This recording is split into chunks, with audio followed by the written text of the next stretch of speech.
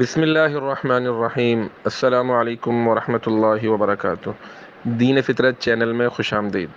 آج کا ہمارا موضوع ہے وہ 6 چیزیں جن سے روزہ نہیں ٹوٹتا اور مکروہ بھی نہیں ہوتا، جن میں نمبر 1 ہے گرمی اور پیاس کی وجہ سے غسل کرنا، نمبر 2 خود بخود قے یعنی الٹی آ جانا، نمبر 3 ہے سوتے ہوئے احتلام یعنی غسل کی حاجت کا ہو جانا، نمبر 4 ہے دانتوں میں سے خون نکلے مگر حلق میں نہ جائے تو روزے میں خلل نہیں آئے گا، نمبر 5 ہے اگر خواب میں یا صحبت سے غسل کی حاجت ہو گئی اور صبح صادق ہونے سے پہلے غسل نہیں کیا اور اسی حالت میں روزے کی نیت کر لی تو روزے میں خلل نہیں آئے گا، اور نمبر 6 ہے کسی قسم کا انجیکشن یا ٹیکہ لگوانا، اس سے بھی روزے میں خلل نہیں آئے گا۔